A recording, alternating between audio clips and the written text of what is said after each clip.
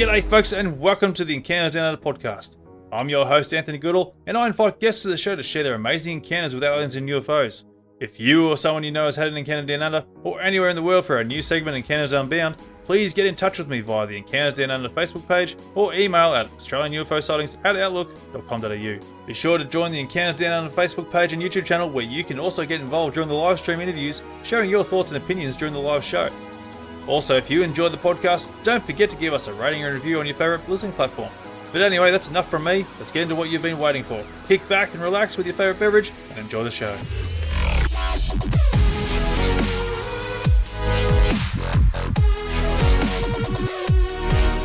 This episode is available to view on our YouTube channel, so be sure to like and subscribe to the channel and leave a comment with your thoughts on the episode. G'day folks and welcome to another episode of Encounters Down Under. Mick Joins us on this episode to talk about some of his amazing encounters with strange objects, as well as some unusual experiences throughout his lifetime. So please welcome to the show, Mick. Mick, welcome to the show, mate. How are you, mate? Going good, mate. Mate, it's great to have you on. Thank you. You've had some ripper experiences there, mate. Like it's gone pretty much like what you're saying, like from quite a young age there, and it's just been an interesting sort of life, I guess, as so to mention. So, mate, like tell us all about it. Mate, I think the first experience I could probably tell you about in detail is probably when I was about 5 or 6 years of age, primary school. Had the mumps and was kept home from school. And as you do on the mumps, sit there watching telly, laying on the lounge, and just had this urge to get up and walk out the front. We're in a Queenslander, had the big veranda all the way around it. And we walked. We lived across the road from railway line, so it was quite busy and noisy at times.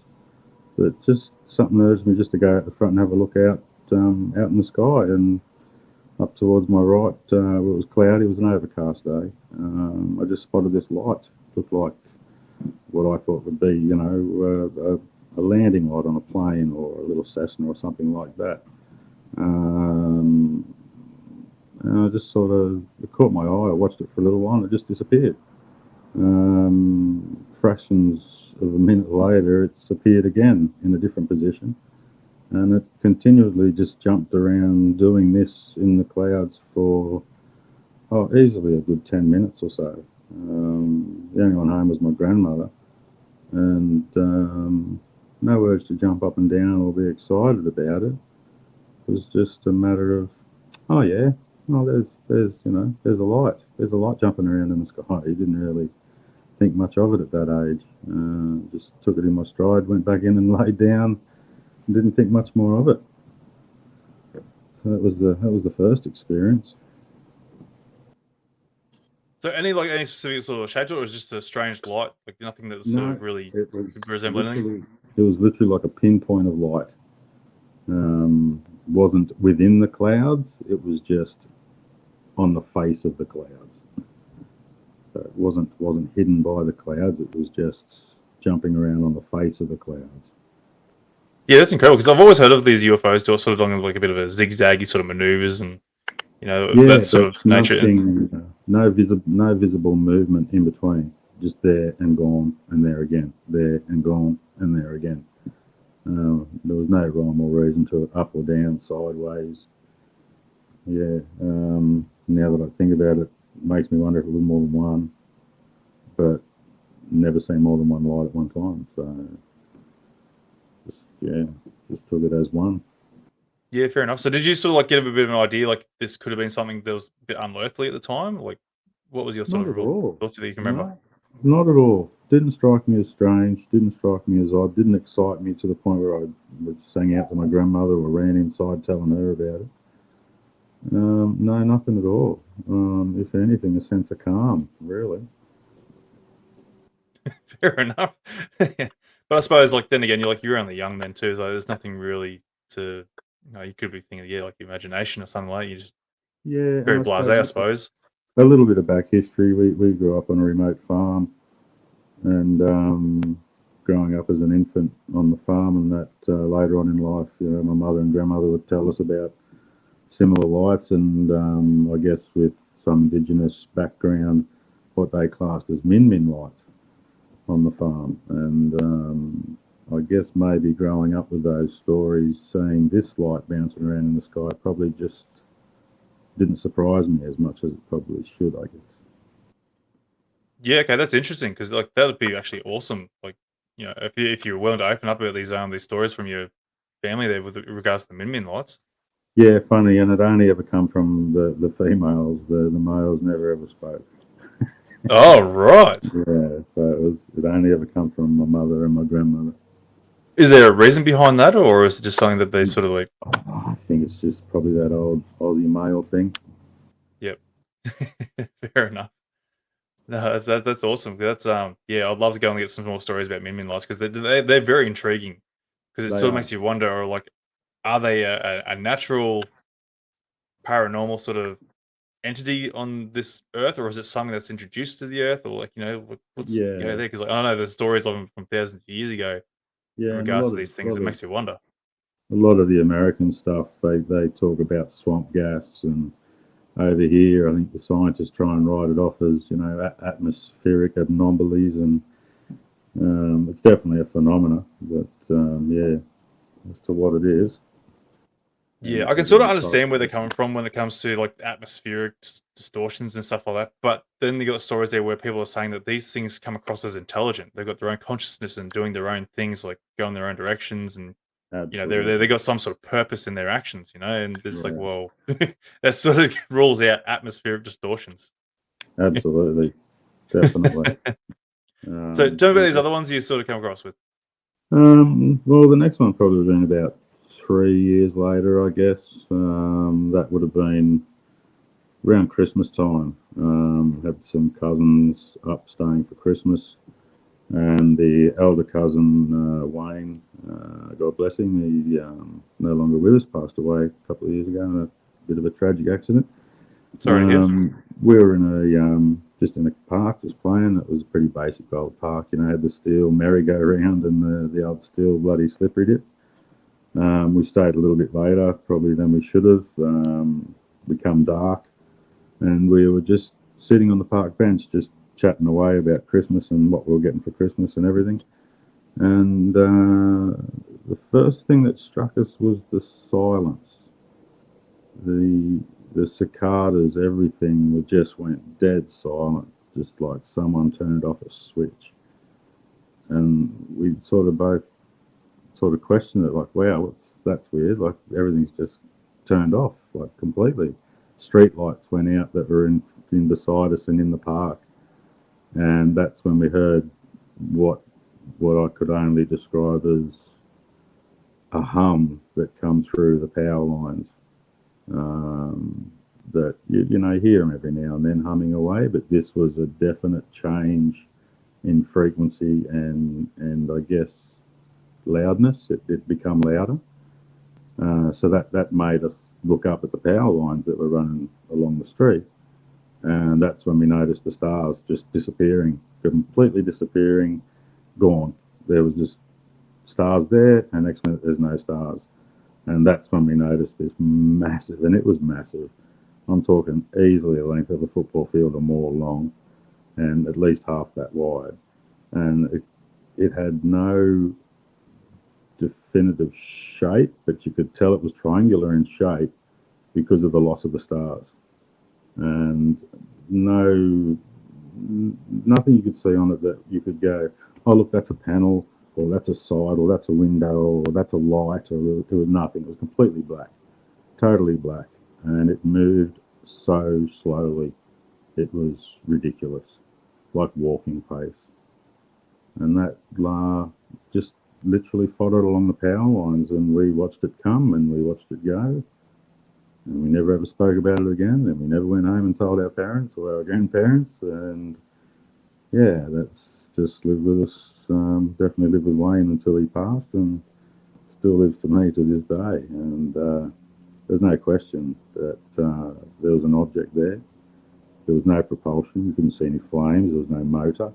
You couldn't hear any engine running. It was just a massive, massive, big triangular shape that was just passing through slowly. That's incredible. Like just the sheer size of this thing and the way, like, it must have been. What do you think it was quite high up still, or reasonably No, low in comparison to the size? honest, honestly, to think about it now, I would say it was within 100 feet of us. Yeah. So Okay. along Wow. power lines, it was quite low. Whether it was following the train track power lines or whether it was following the power lines along the road, I couldn't say, but it was definitely following the path of the power lines and the road that was running past the park. Yeah. Okay. So what year was this? Like, if you can remember at all, like roughly what year? I would have been probably around 7 or 8 years of age. So I'm 52 now. So we're going to go 45 years ago, Yeah, yeah, around about give or that. take. Yeah, yeah. So what would that be working at now? That'd be what? I'll, t- Jeez. um, I'll tell you, my older cousin Wayne could play a little bit of guitar, and he was impressed in showing me that he could play a little bit of Convoy, and that was the movie that had just come out. Right. I'm not sure what the movie The Convoy is. Haven't you seen? Oh well, you've got it, mate. You've got to mark that I've got a out. few movies to go catch up on. I don't watch a lot of TV, but everyone's like, "Oh, you gotta go watch this." I'm like, "Oh, I'll try and get to it one day." So I'm just trying to work it roughly what year that was. I'm thinking 78, 79, something like that. Okay, I'm sure it was we'll go before with that. 80. I'm sure it was before 81 anyway. I'm sure someone can Google when Convoy come out. Yep, Someone's for seen sure. it. No, that's incredible. I've heard of people like they've set aside these triangular crafts and that, and they say they're massive as it is. But Yeah, usually and, a lot of them seem and they have like they got lights on each corner of the craft, and usually a red light in the middle in the center. no, this was definitely, and it certainly wasn't shiny. It showed no shine, but it was definitely just dead black. No lighting, no windows we could see, no nothing. It looked to have a bit of depth. It looked to have a bit of height to it, but overall, just awe-inspiring size of it and the width of it was massive. It was massive.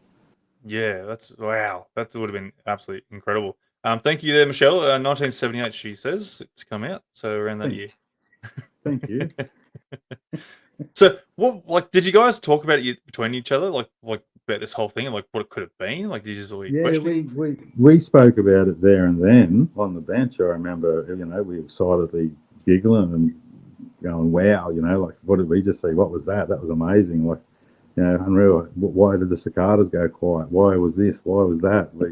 We were full of questions, but we walked 50 meters back to the house and never mentioned it again. Yeah, it's like well, not even years later. Or like, why? Why Never. do you think that it's just what the taboo talk, or is just something that just never sort of came up at the time? No, we had a pretty bad incident on the farm where my cousin was living with my younger brother who nearly passed away in a sugarcane fire. Um, so we lost a bit of contact over that. There was a bit of family conflict over what happened to my brother. And praise to Wayne because Wayne at the tender age of something like 12 jumped on a massive tractor full of big loaded tanks of diesel on the back and pushed all the fire down around him and actually got my little brother out at that age in a raw and sugarcane fire. So Wayne's a bit of a hero of our family, but yeah, the rest of the family we had a bit of a falling out. Yeah, fair enough. Oh, well, thanks to Wayne there, mate. That's yeah, that's Yeah, absolutely and awesome. Yeah, it seems to be a bit of a trend too. I've noticed listening to podcasts and other things is people that experience these things together tend to drift apart, I guess. yeah, I I suppose don't know. so. I've sort of found like maybe a little bit drawing people together a little bit, but I just know that like it is always like people who have experienced something together. They don't talk about it for a long time, and then some people forget about it until it sort of gets brought back up again, and then No, it and, might get and, remembered a little and differently. I think partially that's part of the reason why I've probably reached out. Losing Wayne so suddenly and what's happened with me in the last 12 months definitely made me question why I'm keeping quiet. And I guess the other thing is too is the biggest struggle is trying to remember everything that happened at the same time. The memories drift and come and go, and you'll be there and you go, oh wow, I remember that happening now, and but you all of a sudden you'll forget about the other couple of things that may have happened. So Yeah. I've started to make notes. I've started to just jot down little things to just have everything there in front of me, because that's one of the hard things, is trying to, I guess, not get carried away on one thing and then you forget about some of the others. Yeah, it is a bit like that because I've heard a lot of stories there. Like you're saying, like one person will remember something there that's quite vital to the whole encounter, and Mm. yeah, the other person will remember some sort of detail, and you put them together, like, oh yeah, okay, now massive jolt in memory. It sort of makes you wonder, like something so phenomenal and something that should be unforgettable as an experience there, but yet we still forget those great details. And it's Yeah, strange how something like can happen. it is odd. It is odd, and how they come and go. It's different. But yeah, that was definitely something that will live with me till the day I die. Is that thing, and the way it was just swallowing up the stars, like that was the thing that caught us. It wasn't the object; it was the disappearing of the stars. It was like, what is happening there? And then you take in what's there, and you're like, holy shit, what is that? Yeah, oh, it's incredible. We've got M here saying like some call it alien apathy, maybe an effect of the sighting and the experience there. So yeah, it could be something like that, or your brain sort of goes into like a trauma in a sense and just represses the memories. I could be Yeah, something there. there's, there's It's a hard definitely one to sort of suppression. pinpoint.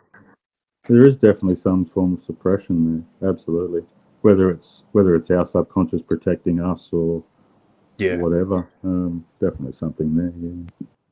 yeah. Wow, that's absolutely amazing. Like to go and witness something like that. That's absolutely incredible. So look, let's move on to another one because I know you've got like, a fair few over the time here. Yeah. So Next one would have been probably about 16 years of age, in a remote area, so no city lighting or anything like that. And I guess with earlier experiences and everything else, I was, I guess, interested in what was happening above us. So I used to do a lot of satellite watching, a lot of stargazing, I guess. And that was probably what I would class as the third.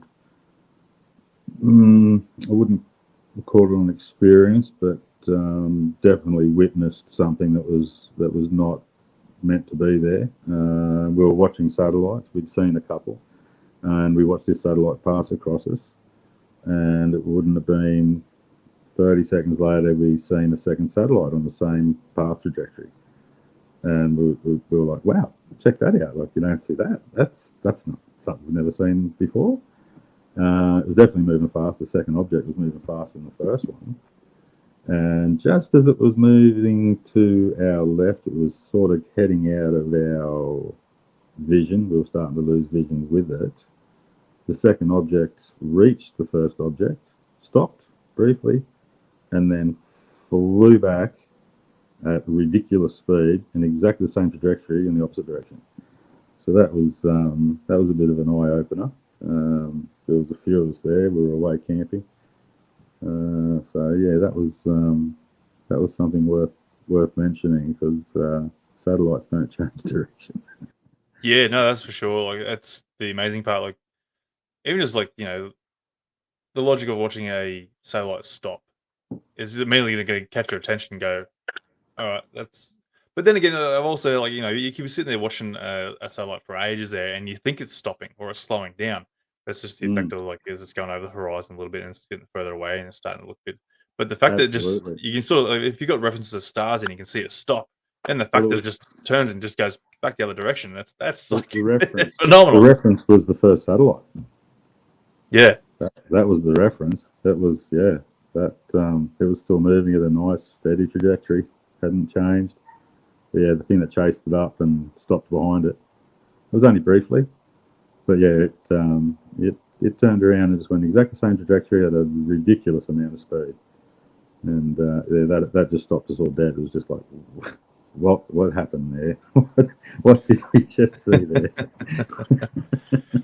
that would have been absolutely awesome to see that because I've seen some strange objects, not really strange in nature, but something that's questionable, but nothing in the sense that where it defies our capabilities in that nature. It's just I get quite jealous of people who've seen these sort of things. It's like, oh, Yeah, I really want to see something that's just like going to blow my mind. Like even like the things I've experienced, it's like it's still quite amazing, in my And regard.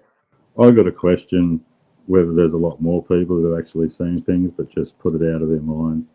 Yeah. Oh, absolutely. Like without a doubt, there'll be so many people that just yeah, I just disregard it as being something strange. Yeah, okay, whatever, and just go on Yeah, with their life and don't think yeah, much more of it. absolutely. Yeah, So, but and no, that's absolutely awesome.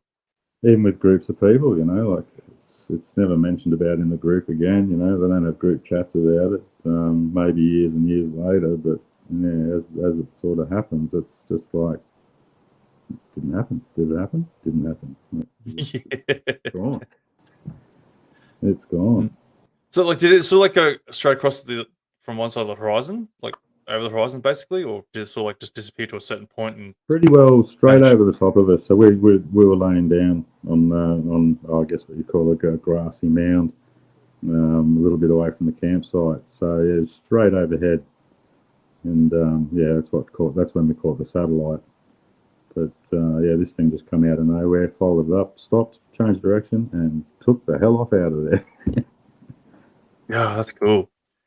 That's Yeah, and amazing. I would have been about 16 then, so it would have been. I'd have to say I was definitely in the Hunter Valley, New South Wales. Yeah, no, that's all right. And what so we're gonna go 16 there, so we'll go probably about mid-80s roughly. Mm. Yeah, Yeah, we'll and go that with that. sort of led me into a. I'm not sure why, but I guess I got into a bit of a reckless lifestyle, and sort of had a sense of no respect for authority because I kind of had a sense there was a bigger authority out there than the ones Yep. running around in police cars. So yeah, that was the sort of start of what I would say near-death experiences and doing stupid things and putting myself at risk. And that continued right on until probably about 5 years ago, I guess. So yeah, but yeah, I guess the next experience it was a good one. That would have been probably about I would have been about 32. We're living at Lightning Ridge, doing a bit of mining and some farm work out there, and we were having a family barbecue with what at the time was to be my wife and her father, her brothers, her father's partner, myself, and of course my partner and a couple of other people from Lightning Ridge had attended. We're having a bit of a family barbecue in the backyard, and pretty sure it was the father-in-law. He mentioned it. He said, "Where do you reckon that plane's going?" And that sort of stopped a couple of us, and we've looked up and looked where he was looking, and as far as you could possibly imagine, as close to the horizon as you could possibly get, there was just once again what I would call a landing light, a really bright landing light coming directly at you. Like you can't mistake it when the plane's landing and you're in front of that light. They're Hmm. bright, and that's what this was like. But this was large. It wasn't a pinpoint like the first encounter with the clouds. This thing was large in the sky, and it was bright. There was no shape, no nothing. It was just light. And we sat there watching it, going, "Well, it might be the coming into Lightning Ridge to land, or it could be a military plane." And I think it was one of the brother-in-laws mentioned they were doing some seismic testing with some planes or something, and they were thinking about flying some of that stuff over there. So we just sort of started to lose interest in it a little bit. Barbecue was cooking, beers were on, having a bit of laugh. I remember my brother-in-law had a Siberian Husky in Lightning Ridge, for Christ's sake, as you can imagine. And this thing loved living in the esky. It'd just find an esky, Yeah. crack the lid open, and it would lay in the esky. And you couldn't blame it because, I mean, Yeah. talk about taking something out of its habitat. Yeah. The heat. Jeez. Poor dog. Yeah. So we were sort of losing interest in the light in the sky. It wasn't getting bigger or smaller or anything. It was just like, oh yeah, it's definitely a plane. Like it's far enough away where the landing lights have merged into one, and we just starting to lose interest in it, and it just dropped. it dropped to what you would call near ground level on the horizon, but it dropped like with force. It didn't just sort of glide down; it just dropped like a penny, and that got us. That all stopped everyone dead. Like, did anyone just notice what that light just did then? Like that was, and as we were all taking notice of it, this thing on a 45-degree angle, probably from where we were in Lightning Ridge, this thing would have been as far as Bloody Kenya or somewhere out there. This thing just took off on a 45-degree angle like a shot, just gone. There was a sense of movement, but you didn't see it move. You just sensed it go that direction, and it was gone. Oh, So wow. yeah. And once again, group setting, that was not. No one jumped up and down. No one said we've got to record that. Did anyone get a photo? There was none of that. There was nothing. It was just that just happened. No one could explain it. Move on. Yeah, wow. So, like, when you first observed this thing, was it actually moving, or was it just stationary the No, whole time? stationary, dead still, and it was that bright. It was almost like, oh, is that approaching? Like, is that a plane getting closer? But as we watched it, there was no sense of movement whatsoever. No sense of trajectory or movement of anything. It was just a bulb of light. Yeah, that's incredible. Because in my head, I'm like thinking, as you explain the story, I'm like thinking, well, could it have been Venus sitting on the horizon there, or could it have been like the space station you're seeing? Like, I don't know if it's been the space station. That's quite bright in its own regard, Yeah, but and look, again, that lightning moves. rig. And then it's like, but then the fact that you said it drops and then shot off is like, well, that rules that out. Yeah, and like the skies are lightning ridge. I mean, you don't get many cloudy days. Yeah.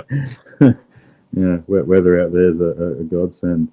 So yeah, it was a bright, cloudless day. Yeah, it was, and it was big. It was big and bright. There was no question. It would have been big.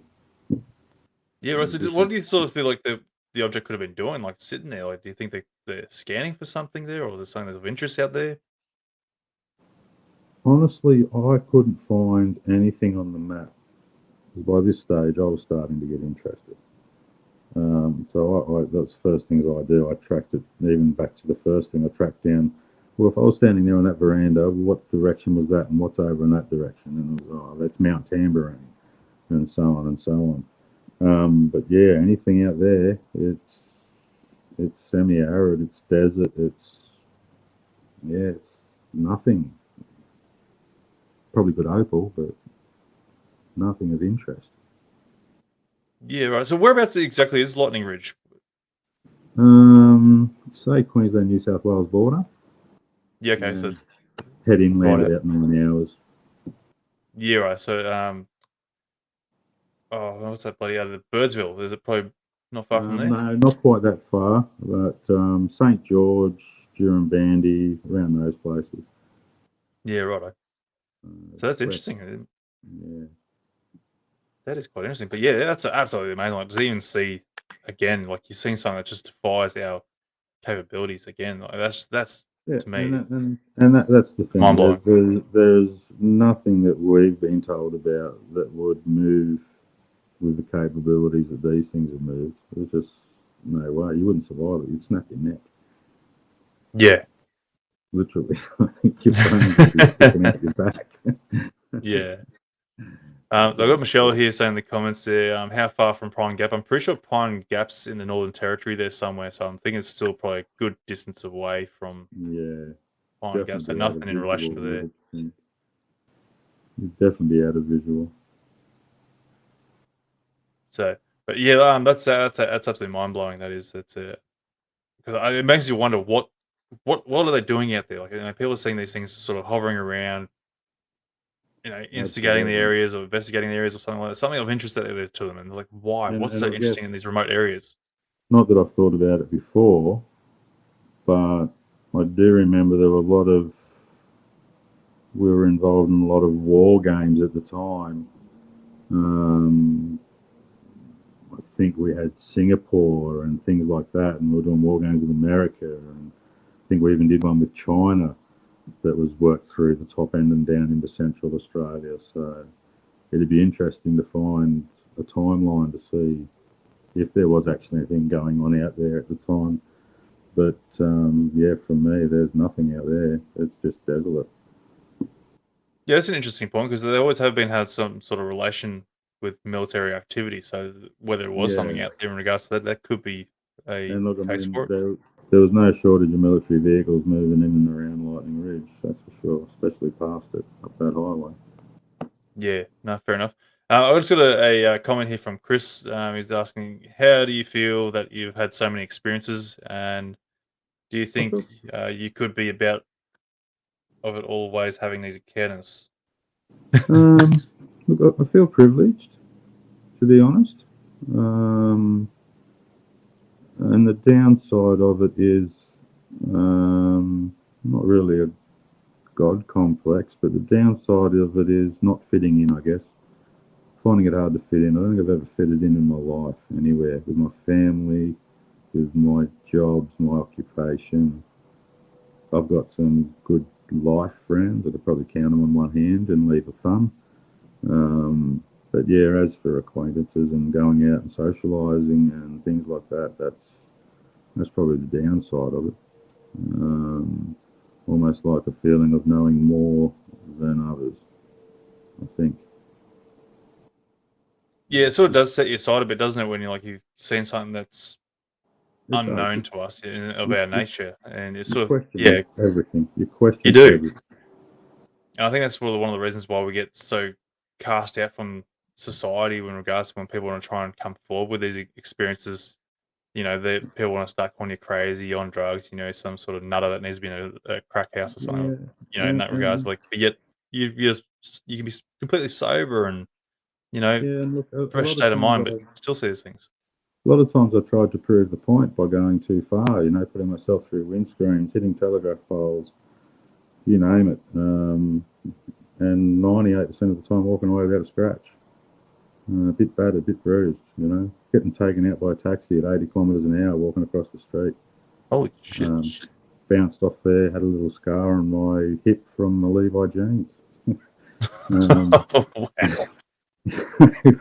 Wow. and that's I guess that's all changed in the last 12 months because I had an incident happen where I was nearly killed at someone else's hands, not my own. And that's made me question quite a lot of things, I guess. And I guess has brought me to, I guess, not go to my grave with what I know.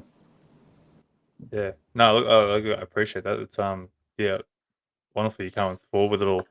And I think we've covered what, maybe 3 or 4 of, the 6 or 7 encounters you've had, so Yeah, we'll go to the yeah. next one in. Yeah, the next one was at Lightning Ridge, prepping for my wedding. We're in the backyard of the house we had out at 3 Mile. I had a couple of friends over just organising what we had to do with the spit and everything else, and with alcohol and how we're going to keep it all cold, because that was a major thing out at Lightning Ridge, keeping anything cold. And we just had an orb, just come flying into the yard. If you caught it out of the corner of your eye, you'd swear it was a little bird fluttering past or something, but it was an orb that just come straight into the yard, over the fence, hung in between us for a good split second or so, and then just continued on its way. Um, the reflection that it gave off was not mirror-like. It was, how would you put it? Like Vaseline, I guess. Vaseline over the lens. It was like a soft orb. It wasn't like a hard mirror finish. And we had a couple of boys there that were Aboriginal, and they got up and bolted, mate. They literally got up and ran out of my yard, knocked their beer over, and bolted. They just looked at each other and bolted. As you would. I think that's sort of like a situation where you're like going, "All right, I Yeah, don't know what to do here." You're either gonna fight or flight or, just yeah. Well, yeah, one of those ones. the first reaction was like throw back in the seat and like, oh shit, that's a bird. And then all of a sudden it's like, holy shit, that's not a bird. Hi. We made that much noise. The fiance at the time, she came running out. She said, "What the hell's going on?" Because she seen the boys run out the driveway, and I said, "Look, we just had a visitor." That's all I could say. Like, it's all right. Grab me a beer. All's good here. Nothing to see.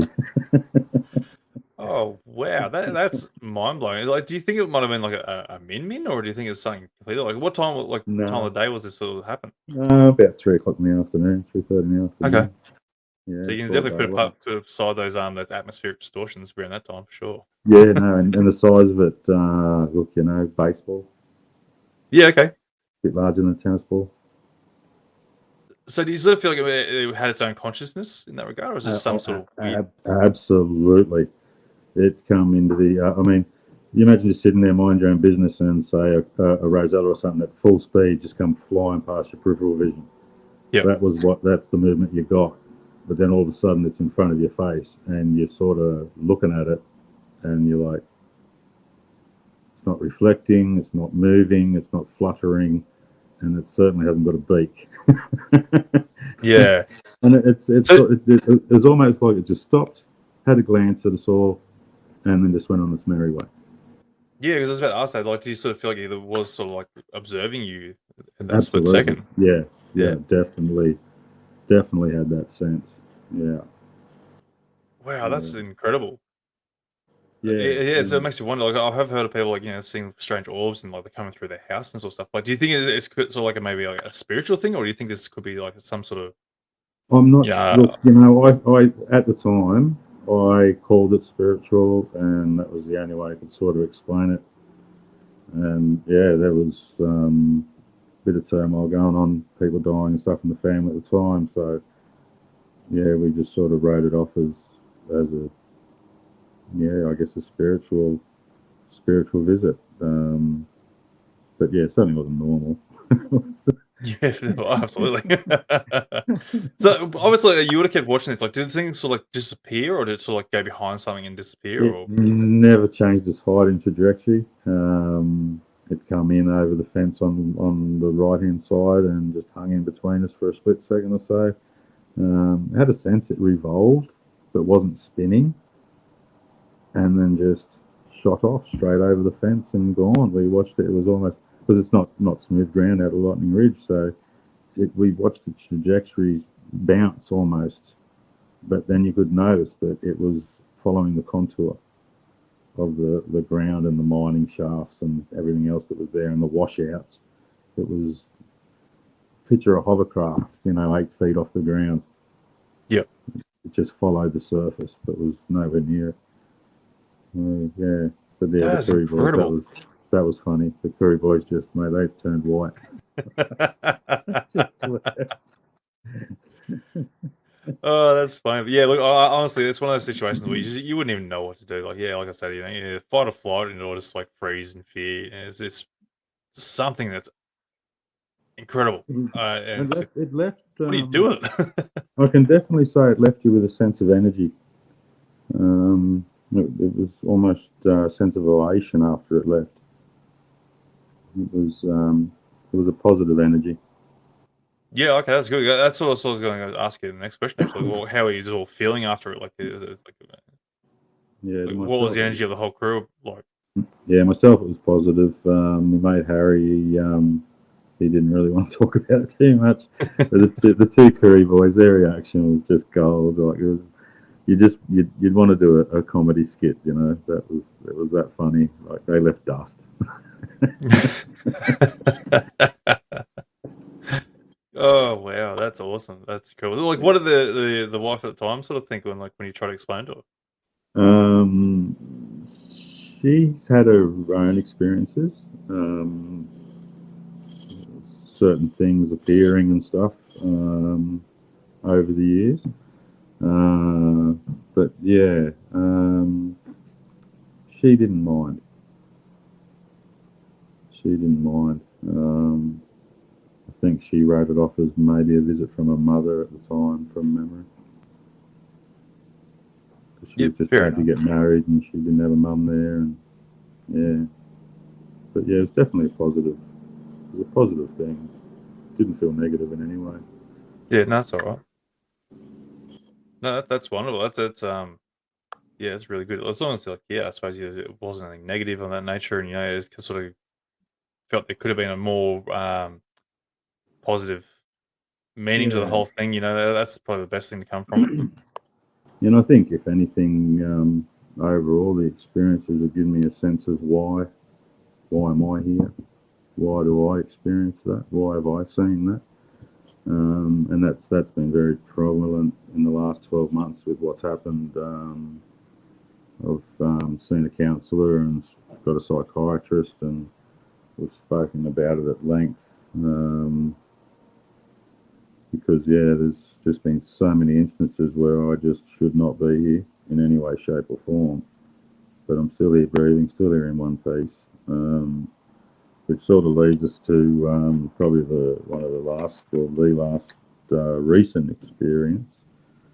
It was about 12 months ago. I was just riding home from work. Lovely day, glorious day. Got off work about 15 minutes early, and was riding on the motorway, and passed a car that was on an on-ramp. Long story short, I went to the back of the traffic that was blocked up on the M1 at the time. But something triggered me. Something was wrong with that car, or what was going on in the car. Sometimes you get a sense of conflict, like if there's a fight about to happen in a room, you sort of get that sense of something wrong. So instead of filtering into the traffic like I normally would, I stopped at the back of the traffic and looked in the mirror to watch this car grow quite quickly and quite large in my mirror. And then I realised that he was coming quite quick and coming on a bit of an angle from behind me. So I just sort of remember just relaxing and thinking, oh shit, I'm pardon the language, I'm fucking dead here. This is all over. And that's when I could only describe it as a warm glow. It's just a warm glow that just enveloped me. I had a sense of well-being, had a sense of warmth, had a sense of being protected. So that car hit me at 60 or 70 kilometres an hour, sent me up in the air, connected another car, took that out, and then landed back on the motorway, which the driver proceeded to change direction and run over the top of me. Front and back wheels, didn't miss me. Holy shit. Yeah. So I'm crackhead proof. If anyone that's watching wants to try, good luck. I was going to make the remark earlier there when you said you got hit by the taxi. Like, are you built like a brick shithouse, or you just got some sort of guardian angel here or something? What's going on? Mate, look, apart from having a very high pain tolerance, which I've had since I was a young fella, and a very weird sense of healing. That by right should have broke every bone in my body, let alone probably should have killed me outright. There's, no question. I had a piece of metal pass through the inside of my jeans and my inner thigh that punched an inch hole in the petrol tank of the motorbike. And didn't leave a mark on me. Wow. I got up and tried to straighten the bike out and tried to chase him. As you would. The police officer, after watching the footage, said, "You're very acrobatic and very determined." Oh, jeez, I'm not sure if that's a compliment or. Yeah, and look, I mean, I had not afraid to mention it. I had the fire captain from Slacks Creek, elderly gentleman, well past retirement age, but they keep him on because he's brilliant and he's great moral support for his crew. And that man rubbed me for about 45 minutes with tears in his eyes because he just couldn't understand how I was still here, let alone standing there looking at him. He said the only reason he was sent to the scene was for moral support for his crew because they were told how bad it was. Oh, wow. So yeah, and like I said, it was just a sense of just yellow, warm glow, just a sense of warmth, and that dissipated, I guess, after the back wheel ran over me and left. So yeah, that was interesting. Got transported to hospital under duress. Was released the next day. No broken bones, no major physical injuries. Bit of a crush injury to my feet and my legs, and that was it. That's where things changed for me. Had a big soul search, trying to once again work out why I'm still here, which has led to a lot of soul searching. Um, definitely, definitely made me question everything about me. Why I'm here? Why am I surviving these things? Why am I walking away without injuries? Why do I heal so weirdly? I heal um, for instance, I'm not saying I'm Superman. I'm not saying I don't get injuries. I reached out and did something silly, and I got a couple of tears in my shoulder previous to this accident. And then during that accident, of course, during the process, I've torn my shoulder a fair bit more, and had to have surgery for that. So, I'm not saying I'm bulletproof. I'm not saying Superman or anything stupid like that. But even the surgery, I had the check up with the surgeon some 4 weeks, 5 weeks later, and his words after the examination were, "That's bloody weird."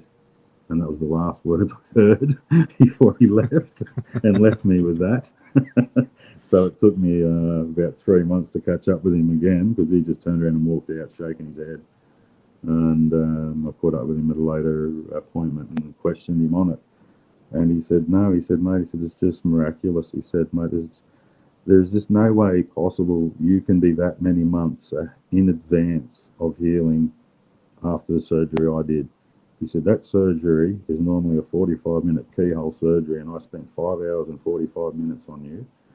And he said, "There's just no way you should be as healed and as quick as you are." And I've had previous, motorbike accidents and stuff like that. I'd go to work a couple of days after, getting taken out, and my tibia and fibula would sink through my heel, and I'd have that little baby doll joint every step. No pain or anything, and that's healed. Got no surgery on that. Crushed the dice, the little square bone in the middle of your ankle, crushed that. But no issue with movement, no pain, nothing. Nothing. Wow. So, yeah. I've got to ask though, because I'm pretty sure a lot of people here be quite concerned. Like, how'd the bike turn out after the accident? Total wreck, mate. It was, Oh, bugger. yeah, the back of the bike was at a 90-degree angle to the rest of it. Oh, Yeah, the subframe had, like I said, ripped through my jeans and the inside of my thigh. It was a wreck. yeah. That was when I managed to jump back on it, because the footage shows me running up to the bike, and it's a 954 Honda, so it's not a light bike, but apparently I just ripped it up onto its wheel, jumped to the back of the bike, ripped the whole back of the bike back down so it was at some sort of shape that I could get back on it, hopped back on it. It was then I noticed all the fuel just pouring out of the hole. I'm like, oh, this may not be catching up with him. Damn. So yeah, he's facing trial, and yeah, he's looking at about 14 years for criminal use of a motor vehicle with intent to cause grievous bodily harm. So, With intent. So what was? Oh, I don't mean to pry. Like, what was like no, the reason for it? Like what was the whole um, situation on his behalf? look, my suspicion is that they were on ice, and well, that's not a suspicion, they were on ice, but basically, I think he was having a bit of a breakdown in the car with his girlfriend at the time, and from what I can gather, he's tried to prove a point to her, to basically show her how hard he is by taking out, someone random on the motorway. There was no no involvement with the vehicle. If anything, there was a bit of concern because I was a bit concerned about why the car was stopped in the middle of an on-ramp on the motorway. So yeah, from what we can gather from the police and from what we know, he just lost his shit and tried to take someone out. But in saying that, the car he was in only made it a kilometre and a half up the road. It blew up because of the damage to the motor and the front end. And the lovely piece of work jumped out of the car, ran away, and left his pregnant girlfriend in the car to take the road. Oh. Way to go! Yeah, what a hero he is. Jeez, bloody hell. Yeah. So yeah, here I am. Nearly coming up to just on 12 months now since the incident. And here I am speaking to you about what's happened in my lifetime, and just wanted to basically let it be known that it's okay. You can talk about it.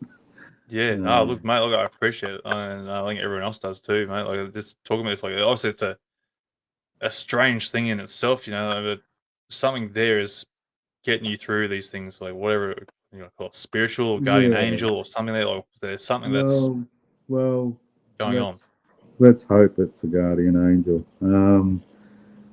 I've always, and it's been a bit of a saying that's been carried with me. Heaven doesn't want me, and hell's afraid I'll take over. So I think I'm stuck here. That's the awesome way to look at it. I love that.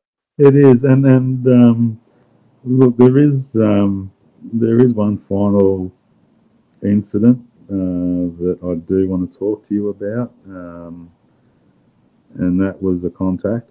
There's no question in my mind. But I'd like to talk to you about that maybe some other time. That's all right. Yeah, that's fine. If you're not ready for it, mate, absolutely. Like I'm sure the people love to get you back on the show, and definitely talk about it. That's Yeah. no worries at all. Without going into too much detail, as I come out of the hospital after surgery for the shoulder, the plan was for me to be driven home to my place, which is where I wanted to be to heal. And being a bit drugged and coming out of the hospital, my sneaky mother snuck me to my sister's place, and I was basically cocooned in the bottom bedroom in my sister's house, and that's where I had a little visit, let's say. Yeah, fair enough. Without going into it, it was almost like I wasn't where I was supposed to be, and I was being checked up on. Interesting. Okay, I'm sort of think I'm picking up what you're putting down. Yeah, it was almost like it's okay, relax, it's all right, but what are you doing here? Like, Yep. You're meant to be there, and and that was, like I said, that was a couple of days after the surgery, and then a few weeks later, I've got my surgeon shaking his head, just looking at me, going, "That's weird," and walking out on me. So, that's and like I said, a lot of things have changed in the last 12 months. I've never been a one to dream, but I've also been one to, I guess, suppress a lot of things with alcohol and, probably marijuana and a couple other things here and there. And in the last 12 months, just for nothing else, then I just got really sick with the flu, stopped drinking, and started to get my dreams back and these memories starting to come back, and that's, I guess that's where I've been able to gather everything together and say, wow, I need to talk to someone and let someone know what's happened. And I've got to be honest, the last thing I expected was to be on your podcast or anything like that. I thought we were just going to have a bit of a chat over the phone. I'm done. Thanks for that. Thanks. You can deal with that, and I'm done now. But it's been a privilege because I've listened to quite a few of your shows, and I guess that's one of the behaviours of definitely got is if I need to drive a long distance, it's night time. I can't do it during the day. It's a sense of I have to be at 9 hours away, and I'll leave at the PM, and I'll drive through the night. And I've done that since I was old enough to have a license, which leads to, yeah, I guess, unaccounted time and a lot of questions from the family as to where the hell have you been and why the hell does it take you that long to get to here, and you've done it all your life. What are you doing? So, yeah, we've got a little bit more to talk about. But, yeah, I think we've covered enough for tonight. Yeah, no, that's all right, mate. Because I've got like a heap of questions I was wanting to go and bring up with you there. But if you, Go yeah, for it. if you want to No, call, you go for it. I'm right for your questions. Go for it. yeah, right. Because like yeah, Chris has mentioned in the comments here, like with regards to like all your experiences there and like your recovery and that, like he reckons like your jobs on the planet aren't done yet. Like you've got a lot more things to go and cover before it's your time, by the sounds of it. And which I sort of agree on Yeah. too. It's one of those things like you've got a purpose here for whatever reasons, and Yeah, you and look, just I haven't mean, finished. the only anyone that knows me and my background look at my children and go, "What the hell happened there?" So I just the only answer I can come up with is that I've been privileged to raise some with the help of my ex-wife some fantastic humans. That's the only thing I can have solace in is the reason why I'm here. Because honestly, if there's another reason why I'm here, I'd love for someone to tell me. It pains me every day. It really does. Yeah, Um, no, that's yeah. yeah, absolutely amazing, mate. There's something going on there. I've got Michelle here asking, what did they look like? I guess with the when you had this encounter, without going too much into detail, is this the paranormal experience that you mentioned, or is this a Yeah, different one? this was the recent experience. I guess she's mentioning. Yeah, look, it's cliche. It's so cliche. It's not funny. Um, yeah, the common the common name that they've been given over millennia is the Greys. Yeah, That's all right. No, that's that's all right. We'll leave that for the next time. See, yeah, you didn't want to yeah. go into too much detail about, it, but that's all right. No, I think it's to sort of give a bit of a mystery to what this is now. I think everyone's gonna be Yeah. all hanging on the edge of the seats for this one, so that's all Yeah, right. and look, to put it into perspective, I've road raced motorbikes, I've raced overseas, I've jumped on racing sidecars, I've done some absolutely crazy stuff in vehicles and on motorbikes, and things that would probably scare most people to half to death. But I'll be honest with you, at 52 years of age, I've never been so scared in all my life as 2 nights after the surgery. Yeah. Yeah, yeah. Let's just say I'm glad there's no cameras in that spare room, because if my reactions were physical as they were mental, yeah, have been giggling. Um, yeah, Oh wow. Because yeah. that's sort of like, now that you mentioned, like it's obviously something of a ET nature though. So like one of the biggest questions I'm gonna ask, like you did mention that your family's had history in the past there seeing strange things and whatnot. But have they mentioned anything in regards to like having their own like physical encounters in that regard? No, no. The only one, I guess, would be my stepdad, my Italian stepdad. He had some encounters when he was younger. He was a rigger, worked on things like the Snowy River Scheme and Sydney Opera House, stuff like that. So very Catholic, very religious. So yeah, we've spoken about a couple of things that's happened to him when he was younger, and yeah, to get him to open up and talk about anything is pretty hard. But to have him open up and speak about those things that happened to him were pretty cool. They Do you were feel it pretty sort of cool. made him question his religion? Um, I think it enforced it. Enforced To it? be Oh honest, wow. Okay. still very Catholic. Wow. Okay, Yeah, that's different. Like usually when someone sees something, that's you know yeah. unnatural to them, they will immediately think, well, for me personally, I'll start questioning my faith and Well, I my think beliefs. My personal opinion is it was the only way he could reason with it in his mind. Yeah, The that's only fair way enough. he could, That's yeah. only way he could explain it to himself. Yeah, no, that actually kind of makes sense there when you look at that perspective. But there's also questions too, like where people have sort of raised the theories of like these things are religious in nature as well. They Well, sort of yeah, I mean, they, and you've got a question, is religion the cover story? yeah, exactly. You The base know? of the whole story. Yeah, I mean, like we can go into some of the Indigenous Dreamtime and stuff like that, and I've spoken to some Indigenous elders, and they've and these are older elders, in their very very older age, and their confession on Dreamtime is that that's what they were taught. That's what they were taught to tell people by another culture to hide what they were doing here. So yeah, I mean, we could talk for hours. It's not hard to do when it comes to this topic. You can just go for Yeah, so long, and it's like, oh, geez, it's yeah. I absolutely mean, incredible. like I said, it's been a privilege, and apologies to everyone. I haven't brushed my hair. I wasn't really expecting video call. No, look, mate, look, it's absolutely fabulous, mate. But if anyone else has got some questions there, like I think we'll finish up for tonight. So if anyone in the comment who's watching this show here, got any questions, quickly get them in there before we finish up. But one of the questions that's what I was like, you did. I think you mentioned that you like might have experienced some missing time.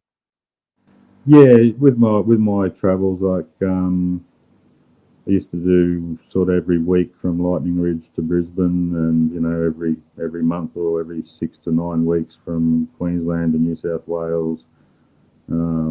Yeah, it's a set kilometre drive. It's a set route, and yeah, it'll go from a 9 hours to 12, 14, 15. Or the longest I've had is a 19-hour trip, which should have taken me 9. Yeah, wow. So it makes you wonder. But I think we'll leave that for the next one, mate. Sort of try and get a bit more coverage on these missing times and what you sort of got on there. But mate, Yeah, look, mate, absolutely wonderful having you on, mate. It's been an absolute ripper of a story, and it's like leaving so many questions and like and what look, is going on in your life.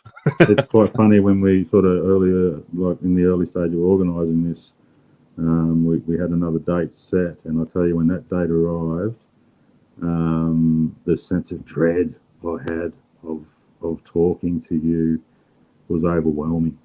Um, so I've had a good talk with myself since then.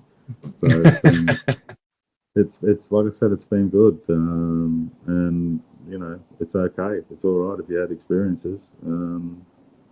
Talk about it. Hell, worst case, your great grandkids might hear it and get a bit of a giggle.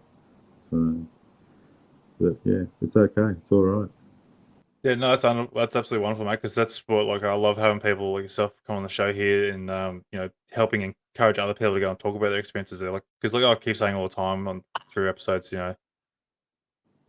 these things are Yeah. happening. It's a reality. There's no point hiding it. And people in the past there who have Exactly, opened up and about look, I this, mean, they're not gaining anything from it except for telling the truth. and look, there's no question we've got a lot more media. There's a lot more contact. The world's smaller now, so yeah, there's probably a lot more reporting going on at the moment. But I have a sense that the the majority of the visits were earlier, you know, and I have this reasoning of um, doing the same thing over and expecting a different result is the definition of being crazy. So why would they keep visiting, doing the same thing over and over again?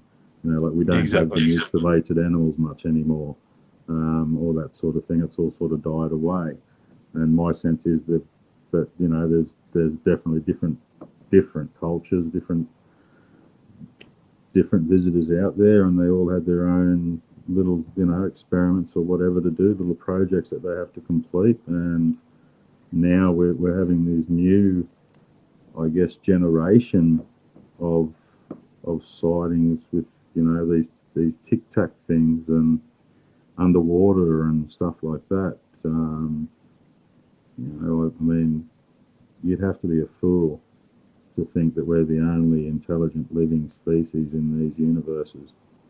And you think about our universe and then times that by a billion, and we're the only living species that thinks and has a conscience. Please. Yeah, you gotta be pretty ignorant, eh? It's just there's something wrong with it. You can't think there's something more to this whole universe. Absolutely. There's just no question. And yeah, like I said, you've caught me by surprise. I would have put a good shirt on. But yeah, Mate, you look fantastic. I wouldn't worry about it. well, I've got me Clooney stripe, so we're good. You've done well, mate. That's awesome. But I do have one quick question here from Jane, which is a really interesting question, which would have been one of the ones I would have brought up in the next episode. But quickly, Yeah. have you maybe looked into hypnosis for the missing time? That has come into question in the last few months. I guess the only reason I'm not rushing into that side of things is because, if you're not meant to know, maybe there's a good reason why you're not meant to know. Yeah, that's fair enough too. And the other thing is the dreams, the dreams and I wouldn't say visions because you need to be awake, but they're extensive. They've been quite extensive since this incident with this crackhead. So yeah, it's almost like I don't have to. It's almost like I need to know what I know, and yeah, there may be some other stuff I may not want to know. Yeah, definitely. Yeah, that's definitely one way of looking at it because it's obviously something that like you could even like change your whole perspective on the whole thing again, and then you come out of it Absolutely. worse off in the end of it. It's one of those things. Absolutely. I mean, yeah. I mean, and we have a subconscious and we have a conscious, and our brain has this marvelous magic ability to protect us. And that's shown through, lots of things over different ways. Yeah. Look, mate, it's absolutely amazing. Like going through all your experiences there, mate, and it's absolutely fantastic. And I can't thank you enough for coming out and opening up about this, mate, and like going through your whole life experiences there, like with everything that's gone on in your past there, mate. Like it's like you're saying, like it sounds like you should have been dead a long time ago, but yet here you are, and it's just we've only absolutely incredible. But, seriously, yeah. So yeah. Anyway, it's been a hoot. Yeah, mate, absolutely fantastic. Look, mate, thank you again. I'll get in touch with you soon, mate, and we'll definitely get you back on, mate, because I think people would love to go and hear the rest of your story, what's happened, and keep going with it, mate. It'd be great. Thank you very All much. right, mate. Thank you very much, mate. All the care. best, and I'll talk to you soon, mate. And that will do it, folks, for this episode. I hope you enjoyed the show. And don't forget, if you or someone you know has had an encounter, to please get in touch with me to be featured on the podcast. If you're a fan of the show, you can support the podcast by purchasing some awesome merchandise that's available on our online store via the link provided in the episode description. So thanks for tuning in, and I look forward to seeing you on the next Encounter Down Under. Hooroo!